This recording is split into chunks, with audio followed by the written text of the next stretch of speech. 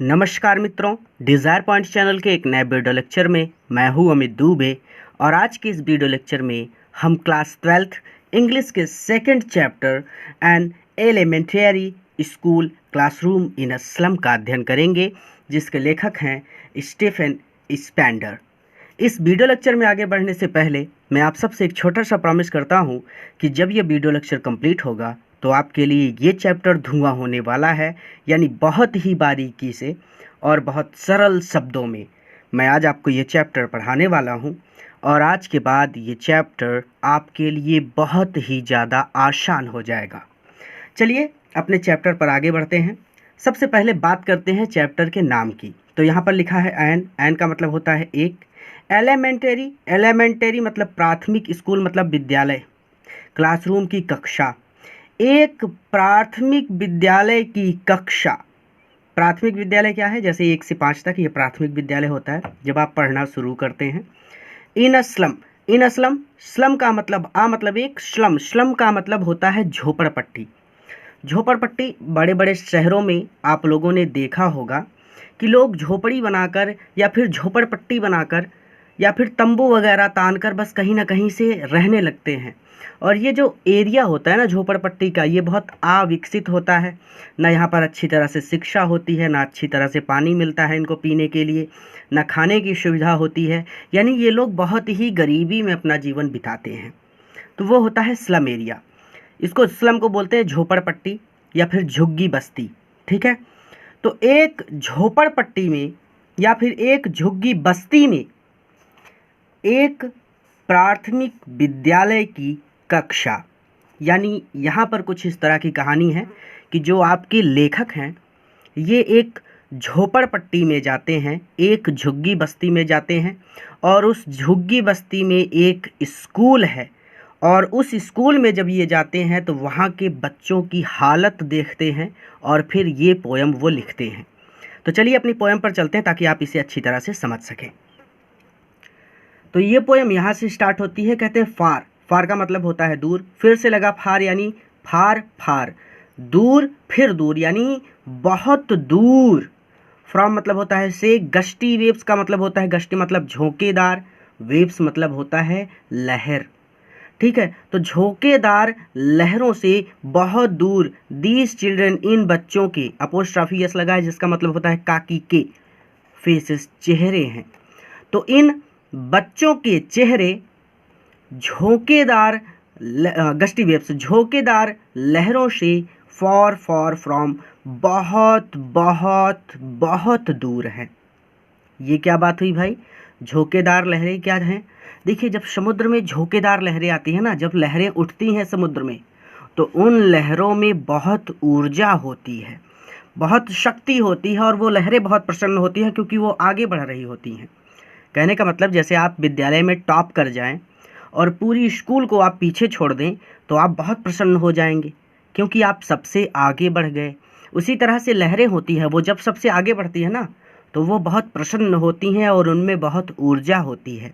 लेकिन लेखक कहते हैं कि इन बच्चों के चेहरे झोंकेदार लहरों से बहुत बहुत बहुत दूर हैं, अर्थात इन बच्चों के चेहरों पर बिल्कुल भी प्रसन्नता नहीं है।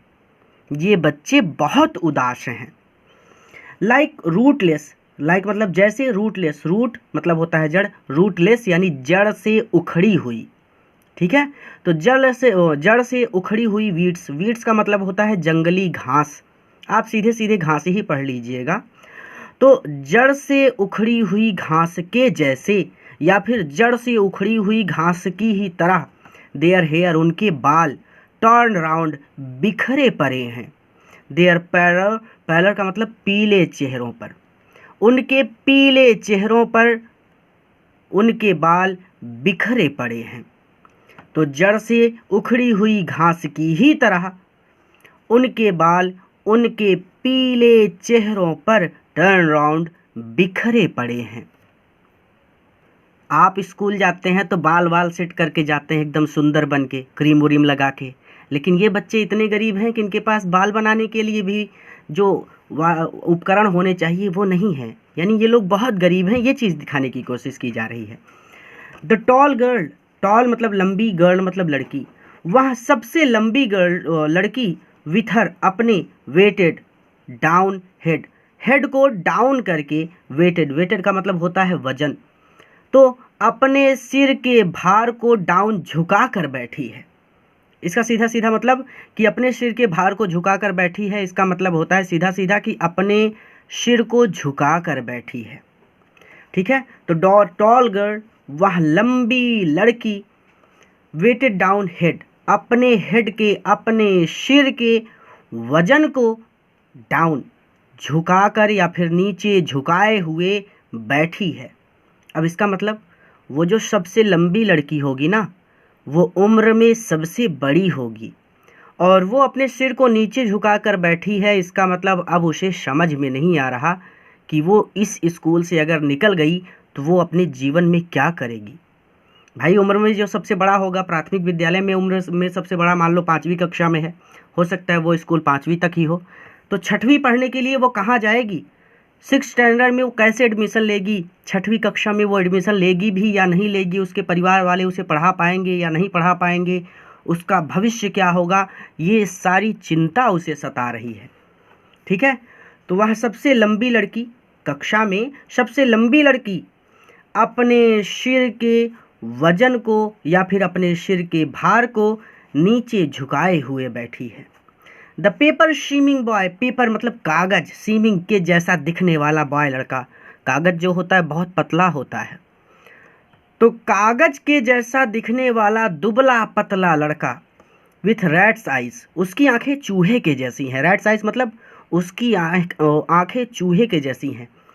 चूहों की आंखें अगर आप ध्यान से देखें तो बाहर की ओर निकली हुई होती हैं, और इंसान की आंखें बाहर की ओर कब निकलती हैं जानते हैं, जब वो कुपोषण का शिकार हो जाए, जब उसे खाने के लिए भी ठीक से ना मिले, वो एकदम सूख कर कांटा हो जाए तो वो कुपोषण का शिकार हो जाता है और उसकी आंखें बाहर की ओर निकल आती हैं।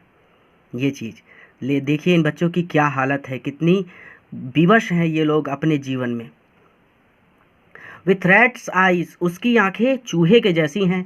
द स्टंटेड, स्टंटेड का मतलब होता है, सॉरी कॉल आ गया था, तो हम लोग कहाँ पर थे, द स्टंटेड, स्टंटेड का मतलब होता है अविकसित, ठीक है, अनडेवलप्ड, तो अविकसित, वो अविकसित, अनलकी, दुर्भाग्य से, हेयर, हेयर मतलब होता है उत्तराधिकारी, जैसे आपके पिता हैं तो उनकी जितनी संपत्ति है आप उसके उत्तराधिकारी हैं, ये आपको मतलब मिल गया, वो जन्म के साथ ही ये चीज़ें आपको मिल जाती हैं। ठीक है, तो उत्तराधिकारी है। Of twisted bones, twisted, twisted मतलब मुड़ी तुड़ी, मुड़ी तुड़ी शुद्ध हिंदी में विकृत बोल सकते हैं। ठीक है, बोन्स हड्डियों का, वो टेढ़ी मेढ़ी हड्डियों का, तो आप इसको ऐसे पढ़िए कि वह अविकसित टेढ़ी मेढ़ी हड्डियों का दुर्भाग्य से उत्तराधिकारी है, अर्थात ये चीज़ें उसे अपने पिता से मिली हैं। सोचिए बच्चे की ऐसी हालत है, पिता की भी ऐसी ही हालत होगी। जो चीज़ें उत्तराधिकारी होते हैं हम लोग अपने पिता की संपत्ति के, ठीक है, तो ये चीज़ें, ये बीमारी भी उसे अपने पिता से मिली है, उत्तराधिकार में मिली है दुर्भाग्य से। रिसाइटिंग वो दोहरा रहा है, फादर्स अपने पिता के ग्नार्लेड डिसीज़, गठिया की डिसीज़ को, डिसीज़ मतलब बीमारी, वो अपने पिता की गठिया की बीमारी को दोहरा रहा है, अर्थात उस बच्चे को भी गठिया की बीमारी है। तो हम लोग थोड़ा सा यहाँ से गड़बड़ा गए थे, तो हम लोग फिर से पढ़ लेते हैं कि द पेपर स्विमिंग बॉय, कागज के जैसे दिखने वाला दुबला पतला लड़का, विथ रेड साइज, उस लड़के की आंखें बाहर की ओर निकली हुई हैं, अर्थात उस लड़के की आंखें चूहे के जैसी हैं। वह अविकसित टेढ़ी मेढ़ी हड्डियों का दुर्भाग्य से उत्तराधिकारी है और वो अपने पिता की गठिया की बीमारी को दोहरा रहा है, अर्थात उसे भी गठिया की बीमारी है। हिज लेसन, वो अपना पाठ याद कर रहा है। फ्रॉम हीज डेस्क, अपनी डेस्क पर बैठकर, अपनी मेज पर बैठकर, तो वो अपनी मेज पर बैठकर अपना पाठ पढ़ रहा है या फिर अपना पाठ याद कर रहा है। एट बैक, एट बैक सबसे पीछे of the dim class, dim मतलब कम रोशनी वाली, क्लास मतलब कक्षा में, तो कम रोशनी वाली मतलब धुंधली कक्षा में, यानी वहाँ पर लाइट भी नहीं है। सोचिए कैसी कंडीशन है, बच्चे पढ़ रहे हैं लेकिन ठीक से उजाला भी नहीं है। तो डिम क्लास कम रोशनी वाली या फिर धुंधली कक्षा में, जो आपको पढ़ाया जाए वो ठीक है, आप इसे चाहे धुंधला पढ़िए या फिर चाहे कम रोशनी वाला पढ़िए, ठीक है। डिम का मतलब यही होता है। तो धुंधली कक्षा में एट बैक सबसे पीछे वन अननोटेड, वन एक लड़का बैठा है जो अननोटेड है, जो उपेक्षित है। उपेक्षित मतलब जिस पर कोई ध्यान नहीं दे रहा। तो इस कम रोशनी वाली कक्षा में सबसे पीछे एक उपेक्षित लड़का बैठा हुआ है। एक लड़का बैठा हुआ है जो उपेक्षित है, स्वीट, प्यारा है एंड यंग और बहुत छोटा है, ठीक है। तो इस कम रोशनी वाली कक्षा में सबसे पीछे एक सुंदर, बहुत छोटा, उपेक्षित लड़का बैठा हुआ है। उपेक्षित का मतलब जिस पर कोई ध्यान नहीं दे रहा।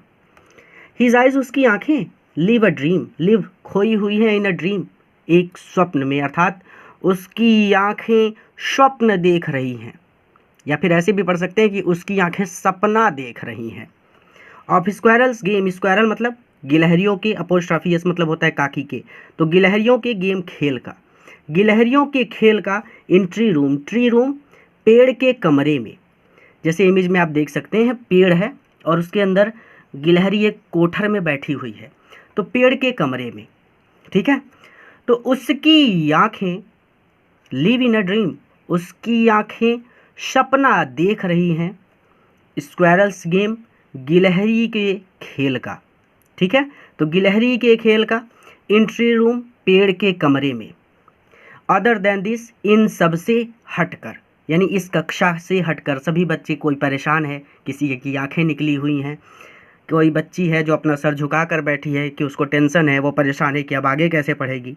लेकिन जो सबसे छोटे बच्चे होते हैं ना कक्षा में, जो पहले पहले आते हैं KG-A KG-B या फिर पहले स्टैंडर्ड में जो आते हैं, पहली कक्षा में जो होते हैं, उन्हें दुनिया से क्या मतलब, उनको तो इन सब चीज़ों के बारे में पता भी नहीं होता कि दुनिया क्या है। तो इसीलिए वो बच्चा तो बाहर गिलहरियों का खेल देख रहा है, वो खोया हुआ है अपनी दुनिया में। रिवीजन कर लें तो पढ़ ही लीजिए एक बार कि इन बच्चों के चेहरे झोंकेदार लहरों से बहुत बहुत बहुत दूर हैं, जड़ से उखड़ी हुई घास की ही तरह इनके पीले चेहरों पर इनके बाल बिखरे पड़े हैं। कक्षा में सबसे लंबी लड़की अपने सिर के वजन को नीचे झुकाकर बैठी है और पेपर की तरह दिखने वाला दुबला पतला लड़का, उसकी आंखें चूहे जैसी हैं, अर्थात उसकी आंखें बाहर की ओर निकली हुई हैं और वह दुर्भाग्य से अविकसित टेढ़ी मेढ़ी हड्डियों का उत्तराधिकारी है और अपने पिता की गठिया की बीमारी को दोहरा रहा है। वो अपना पाठ याद कर रहा है अपनी मेज पर बैठकर, और इस कक्षा में एट बैक सबसे पीछे, द डिम क्लास, इस कम रोशनी वाली कक्षा में सबसे पीछे एक प्यारा, बहुत छोटा, उपेक्षित लड़का बैठा है। His eyes live in a dream, उसकी आंखें सपना देख रही हैं। ए ऑफ स्क्वायरल्स गेम, गिलहरी के खेल का। एंट्री रूम, पेड़ के कमरे में। देखिए पेड़ों में मोखले होते हैं, ठीक है, तो कमरा हम पढ़ेंगे यहाँ पर ताकि हम कभी भूल ना जाएं, ठीक है। पेड़ों में गिलहरी वगैरह कोठरा बना लेती हैं एक तरह से, उसको हम गांव की भाषा में या देहाती भाषा में मोखल बोलते हैं, ठीक है। तो रूम को आप रूम ही पढ़ेंगे। तो एंट्री रूम पेड़ों के कमरे में। अदर देन दिस, इन सब से हटकर, यानी इस कक्षा से हटकर। ऑन शोर क्रीम वॉल्स, ऑन मतलब शोर क्रीम का मतलब क्या होता है, शोर मतलब होता है, शोर क्रीम का सीधा सीधा मतलब होता है खट्टा मक्खन, ठीक है। तो शोर क्रीम खट्टा मक्खन।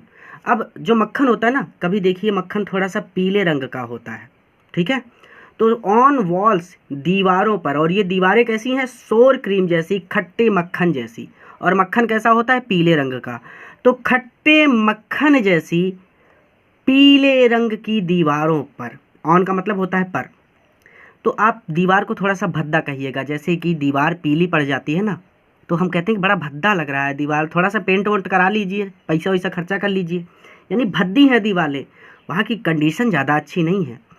तो खट्टे मक्खन जैसी भद्दे पीले रंग की दीवारों पर डोनेशंस, डोनेशन का मतलब होता है दान, दान में दी गई चीज़ें टंगी हुई हैं।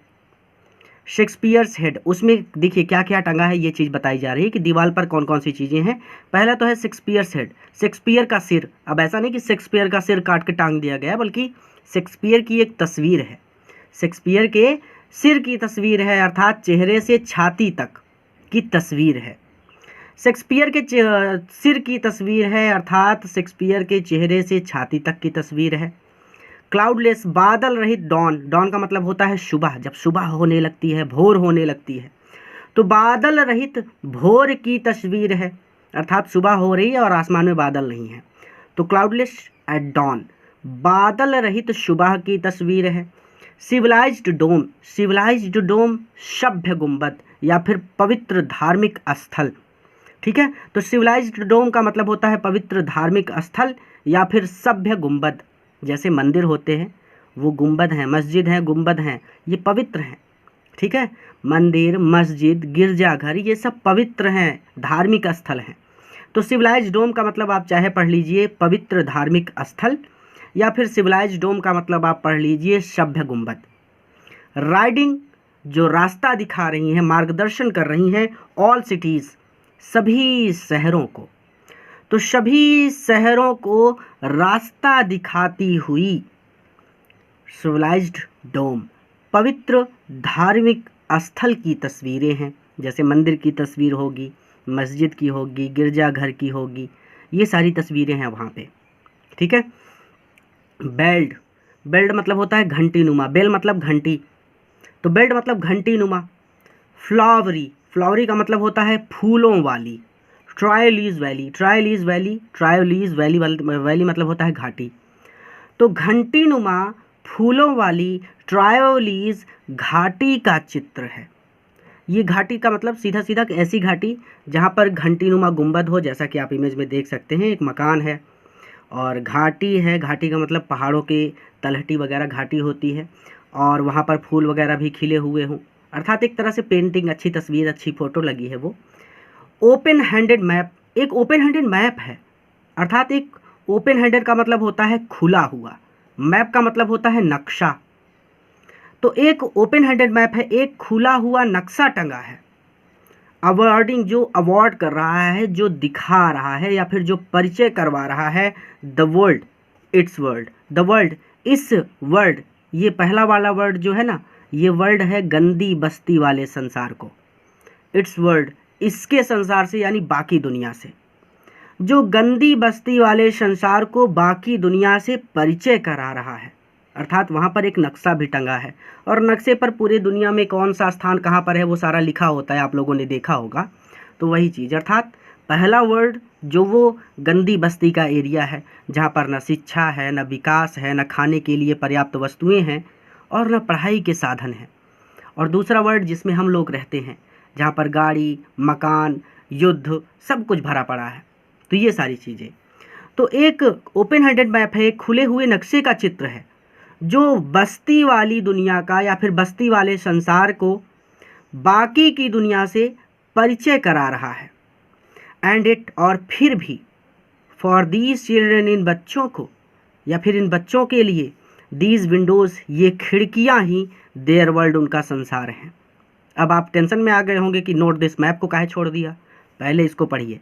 एंड इट, और फिर भी, फॉर दीज चिल्ड्रन, इन बच्चों के लिए, दीज विंडोज़, ये खिड़कियाँ ही, देयर वर्ल्ड, उनका संसार है, नॉट दिस मैप, ना कि ये नक्शा। कहने का मतलब जो जब वो खिड़की से झांक कर बाहर देखते हैं ना तो उनको दिखाई देता है झोपड़पट्टी, गंदगी, खाने के लिए चीज़ें नहीं है, वहाँ पर चारों ओर गंदगी है, जहाँ देखे वहाँ पे झुग्गी बस्ती है, तो उन्हें तो यही दुनिया लगती है। जैसे कोई कुएं में मेढक गिर जाए, वो मेढक गोल गोल उसी कुएं में घूमेगा, उसको लगेगा कि बस यही दुनिया है, लेकिन जब बाहर निकालेंगे तब पता चलेगा ना कि उस मेढक को कि अरे भैया दुनिया तो और थी। लेकिन ये बच्चे उस झोपड़पट्टी में फंसे हुए हैं, उसी मेढक की तरह जो कुएं में फंसा है। ये कुएं से मेढक बाहर नहीं आ पा रहा, उसी तरह से ये बच्चे बस्ती से बाहर नहीं आ पा रहे। इसीलिए उन बच्चों के लिए वो बस्ती ही उनकी दुनिया है, ना कि ये नक्शा। इस नक्शे में जो चीज़ें दिखाई गई हैं उन चीज़ों को तो वो जानते भी नहीं। वेयर ऑल देयर फ्यूचर, जहाँ पर ऑल, पूरा, देयर, उनका, फ्यूचर, भविष्य, जहाँ पर उनका पूरा भविष्य पेंटेड, पुता हुआ है या फिर रंगा हुआ है। आप पेंट करते हैं ना घर में, तो पेंट का मतलब पुता हुआ, जहाँ पर उनका पूरा भविष्य पुता हुआ है, विथ अ फॉग, फॉग का मतलब होता है धुंध या फिर कोहरा, कोहरे से या फिर धुंध से। ठीक है, तो जहाँ उनका पूरा भविष्य कोहरे से पुता हुआ है या फिर कोहरे से ढका हुआ है। रिवीजन कर लीजिए ताकि डाउट ना रह जाए। ऑन शोर क्रीम वॉल्स, शोर क्रीम खट्टे मक्खन जैसी भद्दे पीले रंग की दीवारों पर दान में दी गई चीज़ें टंगी हैं। शेक्सपियर्स हेड, शेक्सपियर के सिर की तस्वीर टंगी है, अर्थात सिर का मतलब चेहरे से छाती तक। ठीक है, तो शेक्सपियर के सिर की तस्वीर टंगी है। क्लाउडलेस डॉन, बादल रहित भोर की तस्वीर है। सिविलाइज्ड डोम राइडिंग ऑल सिटीज, सभी शहरों को रास्ता दिखाती या फिर सभी शहरों का पथ प्रदर्शन करती सिविलाइज्ड डोम पवित्र धार्मिक स्थल की तस्वीरें हैं, जैसे मंदिर, मस्जिद और गिरजाघर, चर्च, गुरुद्वारा, ये सब कुछ। ठीक है, तो सभी शहरों का मार्गदर्शन करती हुई सिविलाइज्ड डोम पवित्र धार्मिक स्थल की तस्वीरें टंगी हैं। बेल्ट घंटी नुमा फ्लावरी फूलों वाली ट्रॉयलीज घाटी का चित्र है। ओपन हेडेड खुला हुआ मैप नक्शा है, खुला हुआ नक्शा टंगा है, अर्थात खुले हुए नक्शे की तस्वीर टंगी है। आप इसको ऐसे ही पढ़ लीजिएगा कि खुला हुआ नक्शा टंगा है। और वार्डिंग जो परिचय करा रहा है द वर्ल्ड, इस गंदी बस्ती वाले संसार का, द इट्स वर्ल्ड बाकी की दुनिया से, जो इस गंदी बस्ती वाले संसार का परिचय बाकी की दुनिया से करवा रहा है। और फिर भी इन बच्चों के लिए ये खिड़कियां ही उनका संसार है, ना कि ये मैप, ना कि ये नक्शा, जहाँ पर उनका पूरा भविष्य कोहरे से पुता हुआ है या फिर कोहरे से ढका हुआ है। अ नैरो स्ट्रीट, नैरो मतलब संकीर्ण या फिर सकरी, स्ट्रीट मतलब गली, एक सकरी गली सील्ड बंद है। सील का मतलब बंद है, जैसे आप सुनते हैं ना कि इस फैक्ट्री को सील कर दिया, इस हॉस्पिटल को सील कर दिया गया है। सील्ड का मतलब बंद कर दिया गया है। तो अ नैरो स्ट्रीट सील्ड, एक संकीर्ण गली बंद है। In with lead sky, lead sky से नीले शीशे जैसे या फिर नीले रंग के आसमान से। जब आप कहीं पर खड़े हो जाएं समतल स्थल पर और आप बहुत दूर देखने की कोशिश करें तो कहीं जाकर ऐसा लगता है कि जैसे ये ज़मीन और आसमान मिल गए हों। अर्थात यहाँ पर ये कहने का मतलब सीधा सीधा कि वो बच्चे इन गलियों से कभी बाहर ही नहीं निकले, अर्थात बाहर की दुनिया में ये बच्चे कभी गए ही नहीं हैं। इनको लगता है कि आगे जाने पर कहीं ना कहीं एक ऐसा स्थान आएगा जहाँ पर ये गली बंद होगी, अर्थात उनके लिए उनकी बस्ती ही उनकी दुनिया है। तो आप इतना लंबा चौड़ा मत पढ़िए, आप इतना पढ़ लीजिए कि एक संकीर्ण गली या फिर एक सकरी गली नीले रंग के आसमान से बंद की हुई है। फार फार फ्रॉम, ये फार फार फ्रॉम ये बहुत बहुत बहुत दूर हैं, अर्थात ये बच्चे बहुत बहुत दूर हैं। रिवर्स नदियों से, केप्स, केप्स का मतलब होता है अंतरीप, अंतरीपों से। एंड स्टार ऑफ वर्ड्स, शब्दों के तारों से, शब्दों के तारों का मतलब होता है वादों से। आप लोग वादा करते हैं ना कि हम बड़े होकर ये बनेंगे, हम बड़े होकर वो बनेंगे। पापा से कहते हैं कि पापा मैं प्रॉमिस करता हूँ कि मैं बड़ा होकर डॉक्टर बनूंगा। लेकिन ये बच्चे कुछ भी सपना देखने के लिए आज़ाद हैं ही नहीं, इनके जीवन में सपना है ही नहीं। ये इतने गरीब हैं कि ये ठीक से पढ़ लें, ठीक से खा लें, पहले ज़िंदा रहें, फिर तो सपना देखेंगे ना।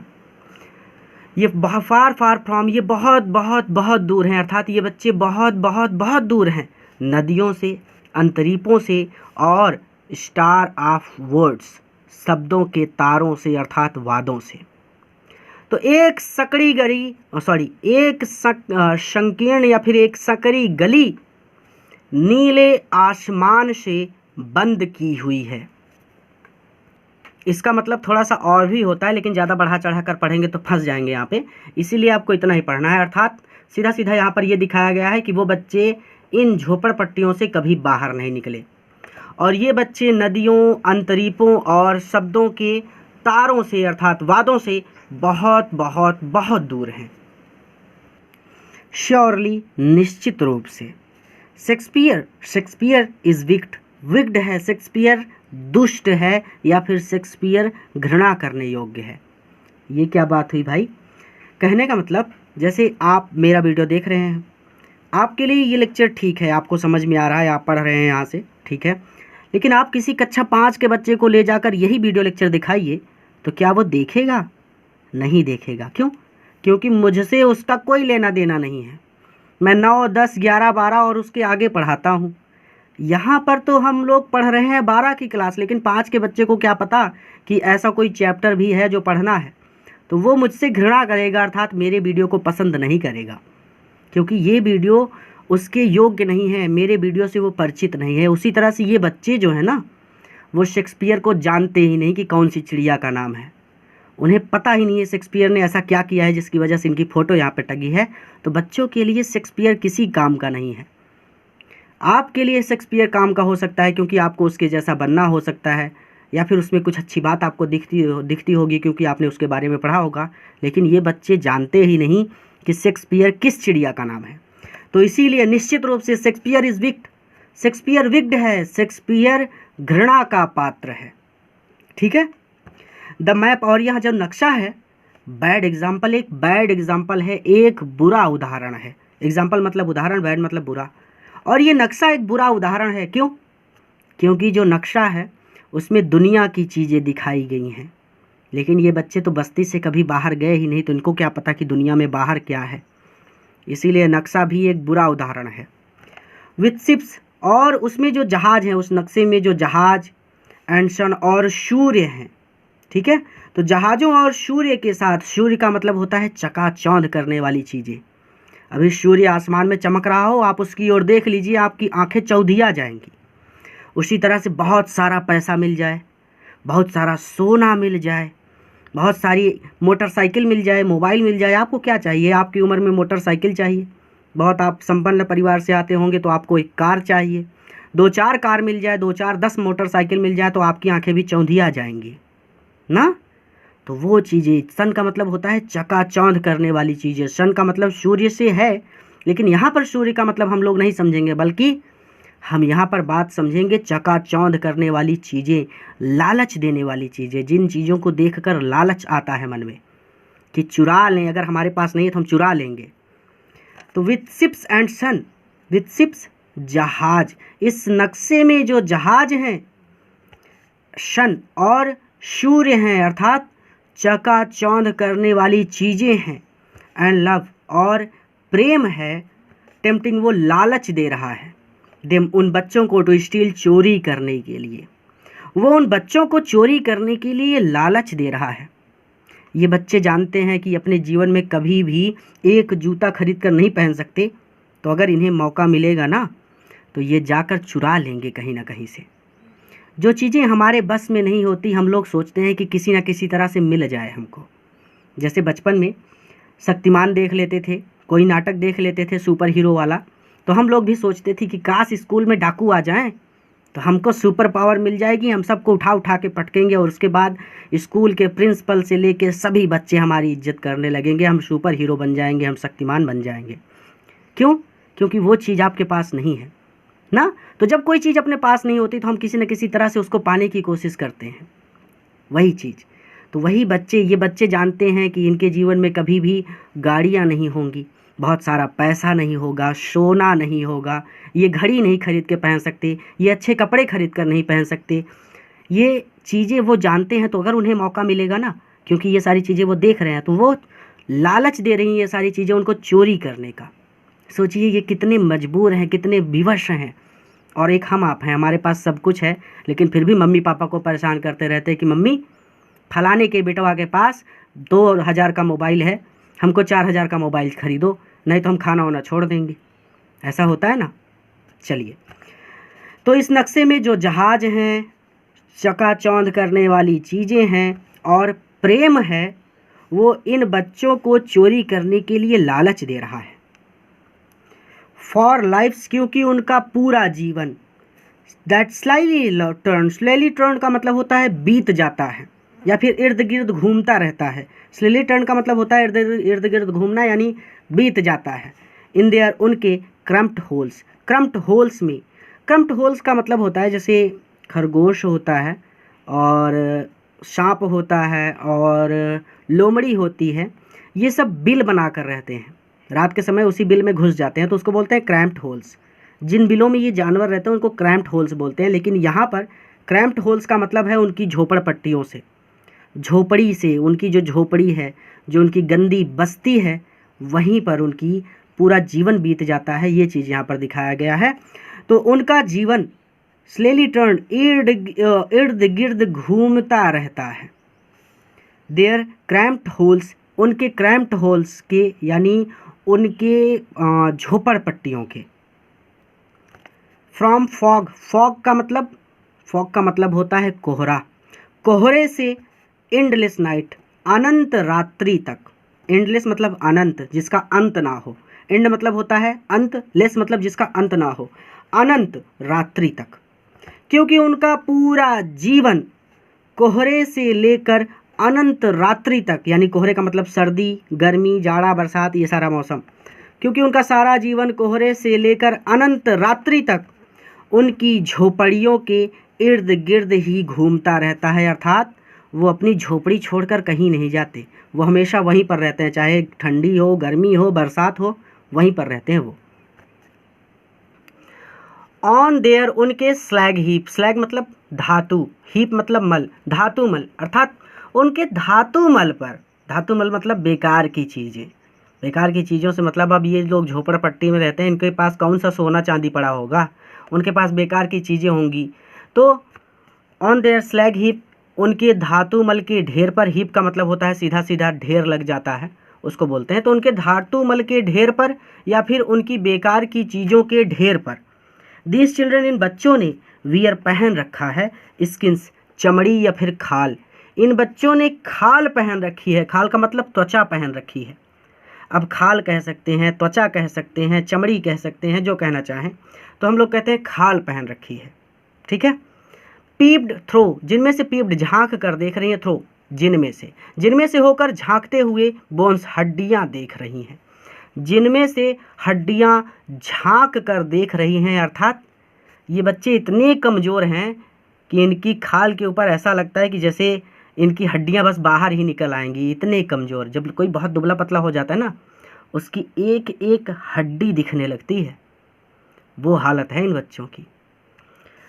तो ऑन देयर स्लैग हीप, उनकी बेकार की चीज़ों के ढेर पर, इन बच्चों ने त्वचा पहन रखी है या फिर इन बच्चों ने खाल पहन रखी है, जिनमें से हड्डियां झांक कर देख रही हैं। सीधा सीधा मतलब कि कमजोरी के कारण हड्डियों की छवि नज़र आ रही है। कहने का मतलब इतने कमज़ोर हैं ये बच्चे कि इनकी हड्डियां दिखाई दे रही हैं। एंड स्पेकल्स, स्पेकल मतलब होता है चश्मा, ऐनक, बचपन में पढ़ते थे ना, ऐनक ऑफ स्टील, और स्टील के ऐनक पर, अर्थात चश्मों के फ्रेम पर। स्टील ऐनक, स्टील का ऐनक मतलब होता है चश्मे का फ्रेम, जो चश्मे का फ्रेम होता है और उस फ्रेम के अंदर कांच लगाया जाता है, तो वो चीज़। तो स्पेकल्स ऑफ स्टील, और इनके चश्मों के फ्रेम में मेंडेड ग्लास, मेंडेड ग्लास का मतलब होता है मेंड मतलब टूटे हुए ग्लास, शीशे मरम्मत करके लगाए गए हैं, जैसे शीशा टूट जाए, जैसे इमेज में आप देख सकते हैं। तो जब कांच पर चोट लगती है ना, तो वो टूट जाता है और उस पर लकीरें आ जाती हैं, तो वही चीज़। एंड स्पेकल्स ऑफ स्टील, और उनके स्पेकल्स ऑफ स्टील यानी चश्मों के फ्रेम में मेंडेड ग्लास, टूटे हुए शीशे मरम्मत करके लगे हैं। अर्थात इनके पास इतने भी पैसे नहीं है कि अगर इनका चश्मा टूट जाए तो उसको बनवा लें। समझ रहे हैं आप। लाइक बोटल्स, जैसे बोटल्स, जैसे सीसी, बिट्स ऑन स्टोन, जैसे स्टोन, जैसे किसी चट्टान पर या फिर किसी पत्थर पर बोटल, सीसी के बिट्स, टुकड़े पड़े हैं। ठीक है। तो like bottle beads on stone, जैसे किसी पत्थर पर सीसी के टुकड़े पड़े हैं। जैसे आप जाते हैं किसी बोतल को, कांच की बोतल को किसी पत्थर पर फोड़ दीजिए पटक कर, तो उसके जो टुकड़े होंगे ना वो बिखर जाते हैं एक तरह से, और अगर आप फिर से उनको टुकड़ों को जोड़ने की कोशिश करें तो हर जगह लकीर आ जाती है जहाँ जहाँ से वो कांच टूटा होता है। ठीक इमेज में आप चश्मा देख सकते हैं किस तरह का चश्मा है वो। ठीक है। तो like bottle beads on stone, जैसे पत्थरों पर सीसी के टुकड़े पड़े हों या फिर सीसी के टूटे हुए टुकड़े पड़े हैं। ऑल ऑफ देयर टाइम, उनका सारा समय, एंड स्पेस और अंतरिक्ष, अर्थात समय का मतलब तो ठीक है, स्पेस का मतलब अंतरिक्ष, और अंतरिक्ष कितना बड़ा है, बहुत बड़ा। अर्थात उनका सारा समय और सारा विस्तार। और फॉगी स्लम, फॉगी स्लम है, फॉगी मतलब कोहरे से भरी स्लम है, गंदी बस्ती है। नहीं समझ में आया ना? तो इसका मतलब ये है कि ऑल ऑफ देयर टाइम, उनका सारा समय बीत जाता है, एंड स्पेस, और उनकी सारी दुनिया, जो उनकी दुनिया है, उनका जो पूरा विस्तार है, जितना कुछ भी वो जानते हैं, और फॉगी स्लम, फॉगी का मतलब धुंध से ढकी हुई, कोहरे से भरी हुई, स्लम गंदी बस्ती है, अर्थात उनका सारा समय उसी गंदी बस्ती में बीत जाता है, और उनकी पूरी दुनिया केवल यही झोपड़पट्टी है, अर्थात इसके अलावा वो बाकी की दुनिया के बारे में नहीं जानते। अब इतना बढ़ा चढ़ा के नहीं, आप सीधा सीधा पढ़ लीजिए कि ऑल ऑफ देयर टाइम, उनका सारा समय, एंड स्पेस, और विस्तार, विस्तार का मतलब आपकी नॉलेज कितनी है, आप कितना जानते हैं। तो वो झोपड़पट्टी के अलावा कुछ नहीं जानते, अर्थात वो दुनिया, उनकी जो दुनिया है वो झोपड़पट्टी ही है, उसके अलावा उन्हें कुछ नहीं पता। इसका मतलब स्पेस का मतलब विस्तार कह सकते हैं, या फिर उनकी दुनिया कह सकते हैं। फॉगी स्लम, फॉगी स्लम है कोहरे से भरी हुई गंदी बस्ती है। शो ब्लॉट देयर मैप, जो blot their maps with slum as big as doom, इसीलिए ब्लॉट मिटा दो, देयर मैप उनके नक्शे को, ठीक है, अतः उनके नक्शे को मिटा दो, विथ स्लम उनके स्लम के साथ, उनकी बस्तियों के साथ। इसका सीधा सीधा मतलब, इसीलिए उनके नक्शे के साथ उनकी गंदी बस्तियों को ब्लॉट कर दो, समाप्त कर दो, या फिर मिटा दो। एज बिग, उसी तरह से, एज डूम, जैसे प्रलय, डूम का मतलब होता है प्रलय। जब प्रलय आती है ना, तो वह जहाँ तक जाती है वहाँ तक सब कुछ विनाश कर देती है। जैसे बहुत सुनामी आ जाए, सुनामी आ जाए, जितनी दूर तक समुद्र का पानी पहुँचेगा वहाँ तक सब कुछ समाप्त हो जाएगा, जीवन के नाम पर कुछ बचेगा ही नहीं। अर्थात जिस तरह से प्रलय सब कुछ समाप्त कर देती है, सब कुछ मिटा देती है, ठीक उसी तरह से उनके नक्शे के साथ उनकी गंदी बस्तियों को मिटा दो, समाप्त कर दो। अब यहाँ पर ये मतलब नहीं है कि उनकी झोपड़पट्टियों को जाइए और उखाड़ के फेंक दीजिए। यहाँ पर कवि को थोड़ा सा तरस आ जाता है उन बच्चों के ऊपर, और वो कहते हैं कि आप लोग जो इस चैप्टर को पढ़ रहे हो, आप लोग कुछ योगदान करिए, जिससे कि इन लोगों का जीवन भी अच्छा हो सके, और ये झोपड़पट्टियों से बाहर निकलकर बाकी दुनिया को भी जान सकें, और ये बच्चे भी कम से कम अपना जीवन तो अच्छी तरह से गुजार सकें, ये इतना पढ़ लिख सकें कि अपने पैरों पर खड़े हो सके। ये चीज़, ये सलाह दे रहे हैं, एक तरह से प्रार्थना कर रहे हैं आप सभी से, ठीक है। तो निश्चित रूप से शेक्सपियर घृणा करने योग्य है, और यह नक्शा एक बुरा उदाहरण है। जहाज और चकाचौंध करने वाली चीज़ों के साथ और प्रेम के साथ ये इन बच्चों को चोरी करने के लिए लालच दे रहा है। उनका सारा जीवन कोहरे से लेकर अनंत रात्रि तक उनकी झोपड़पट्टियों में ही बीत जाता है, या फिर झोपड़पट्टियों के ही इर्द गिर्द घूमता रहता है। ऑन देयर स्लैग हीप, उनकी बेकार चीज़ों के ढेर पर इन बच्चों ने खाल पहन रखी है, जिनमें से होकर हड्डियां झांक रही हैं, ठीक है। तो उनकी बेकार चीज़ों के ढेर पर इन बच्चों ने खाल पहन रखी है, जिनमें से हड्डियां झांक रही हैं, अर्थात ये बच्चे इतने कमज़ोर हैं कि इनकी हड्डियां दिखाई पड़ रही हैं। एंड स्पेकल्स ऑफ स्टील, और उनके स्टील के स्पेकल्स पर, यानी चश्मों के फ्रेम में विथ मेंडेड ग्लास, टूटे हुए शीशे मरम्मत करके लगे हैं। Like bottle beads on stone, जैसे पत्थरों पर शीशी के टुकड़े पड़े हैं। ऑल ऑफ देयर टाइम, उनका सारा समय एंड स्पेस, और उनकी सारी दुनिया या फिर सारा विस्तार, आर फॉगी स्लम, कोहरे से भरी हुई गंदी बस्ती है। शो, इसीलिए जिस प्रकार प्रलय सब कुछ मिटा देती है, सब कुछ समाप्त कर देती है, उसी प्रकार उनके नक्शे के साथ उनकी गंदी बस्तियों को मिटा दो, ख़त्म कर दो, या फिर समाप्त कर दो। अनलेस, जब तक कि गवर्नर, राज्यपाल, इंस्पेक्टर, दरोगा, विजिटर, आगंतुक, तो जब तक कि गवर्नर, राज्यपाल, इंस्पेक्टर, दरोगा, विजिटर, आगंतुक ना आ जाएं, अर्थात कोई गवर्नर आ जाए। अब देखिए, इन्होंने कहा ना कि ये झोपड़पट्टियों को तोड़कर फेंक दो, ये काम हमारे लिए थोड़ा सा मुश्किल हो सकता है, क्योंकि हम लोगों के पास उतनी ताकत नहीं है या फिर उतना पैसा नहीं है। लेकिन गवर्नर के पास, राज्यपाल के पास बहुत पैसा है या फिर सरकारी पहुंच है। इंस्पेक्टर के पास, जो दरोगा होता है उसके पास सरकारी पहुंच है। और विजिटर्स में से वो लोग, आगंतुकों में वो लोग जो ताकतवर हैं, जिनके पास बहुत पैसा है, जिनके पास क्षमता है, उन लोगों की बात कर रहे हैं। तो जब तक कि ये लोग ना आ जाएं और दिस मैप, इस नक्शे को बिकम देयर विंडो, उनकी खिड़की ना बना दें, अर्थात बिकम बना दें, देयर विंडो उनकी खिड़की, अर्थात उनकी खिड़की ना बना दें, अर्थात उनकी पहुंच में ना बना दें। उनकी खिड़की बनाने से मतलब है कि ये बच्चे अभी खिड़की से झांकते हैं तो इनको झोपड़पट्टी दिखाई पड़ती है। लेकिन इनके क्षेत्र को इतना विकसित करो कि जो चीज़ें इन्हें नक्शे में दिखाई पड़ रही हैं, ये बच्चे जब अपनी खिड़की से झांक कर देखें तो इन्हें वही चीज़ें खिड़की से बाहर दिखाई पड़े। अर्थात जब तक कि इस नक्शे को इनकी खिड़की ना बना दें, अर्थात इनकी पहुंच में ना बना दें, और दीज विंडोज़ एंड मतलब और दीज विंडोज़, ये खिड़कियाँ, दैट शट बंद करती हैं अपॉन देयर लाइफ्स, उनके जीवन को, लाइक कैटाकॉम्स, कब्र की तरह। और ये खिड़कियाँ मतलब वो खिड़कियाँ जो अभी झांक कर देखते हैं तो उनको झोपड़पट्टी दिखाई देती है, तो उस झोपड़पट्टी के बाहर वो नहीं समझ सकते कुछ भी कि उन्हें क्या बनना है, क्या करना है, ये कुछ नहीं सोच सकते।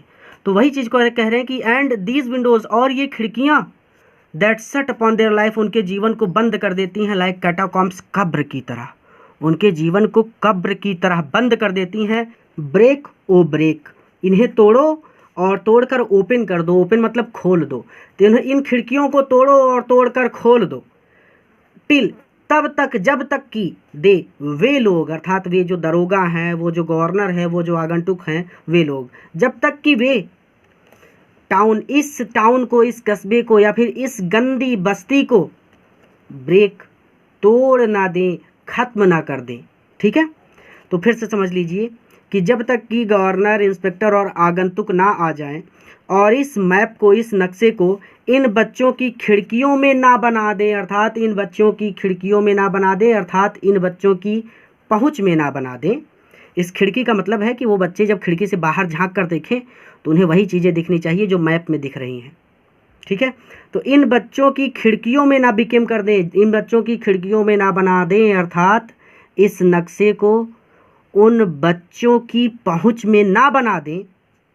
एंड दीज विंडोज़, और ये खिड़कियाँ, दैट शट, जो बंद कर देती हैं, देयर लाइफ, उनके जीवन को, लाइक कैटाकॉम्स, कब्र की तरह, और ये खिड़कियाँ जो उनके जीवन को कब्र की तरह बंद कर देती हैं, ब्रेक, इन्हें तोड़ो, और ब्रेक और तोड़कर ओपन, खोल दो, इन्हें तोड़ो और तोड़कर खोल दो। टिल, तब तक कि, जब तक कि दे, वे लोग इस गंदी बस्ती को तोड़ नहीं डालते या फिर इस गंदी बस्ती को खत्म नहीं कर देते। एंड सो, और दिखाओ द चिल्ड्रेन, इन बच्चों को, टू ग्रीन फील्ड्स, हरे भरे मैदान, और इन बच्चों को हरे भरे मैदानों को दिखाओ। And make their world, make मतलब बनाओ, देयर मतलब उनका, वर्ल्ड मतलब संसार, और उनका संसार बनाओ, रन, दौड़ने के लायक, अज़्यूर मतलब नीला आसमान, ऑन गोल्ड सैंड, गोल्ड मतलब सुनहरी, सैंड मतलब बालू या फिर रेत। एंड मेक देयर वर्ल्ड, और उनका संसार बनाओ, कैसा बनाओ, गोल्ड सैंड, सोने जैसी चमकती, गोल्ड मतलब सोने जैसी चमकती या फिर सुनहरी रेत पर, अज़्यूर नीले आसमान के नीचे, रन, दौड़ने के लिए, और उनका संसार सोने जैसी चमकती रेत पर नीले आसमान के नीचे दौड़ने के लिए बनाओ, अर्थात उन्हें स्वतंत्र कर दो, वो जहाँ जाना चाहे वहाँ जाएं, जो बनना चाहे वो बने, कोई दिक्कत नहीं है। एंड लेट देयर टंग, और उनकी टंग को, उनकी जबान को, लेट, रन, दौड़ने दो, लेट देयर टंग रन, उनकी जबान को दौड़ने दो। नेक्ड, नेक्ड का मतलब होता है नंगा, नंगा का मतलब यहाँ पर सीधा सीधा है कि स्वतंत्र रूप से, बिना किसी बाधा के, इनटू बुक्स, किताबों पर, और उनकी जबान को, देयर टंग, और उनकी जबान को किताबों पर स्वतंत्र रूप से दौड़ने दो। The white and green leaves, वो ग्रीन लीव्स, हरी भरी पत्तियों के, वाइट ओपन, खुले वातावरण में रहकर, हिस्ट्री, उन्हें इतिहास बनाने दो। देयर हुज, देयर उनका, यानी उनका अपना इतिहास बनाने दो, अर्थात उन्हें भी कुछ बनने दो, उन्हें भी डॉक्टर, इंजीनियर, जो बनना चाहे बनने दो, वो भी अपने जीवन में कुछ बन सकें और अपना इतिहास बना सकें।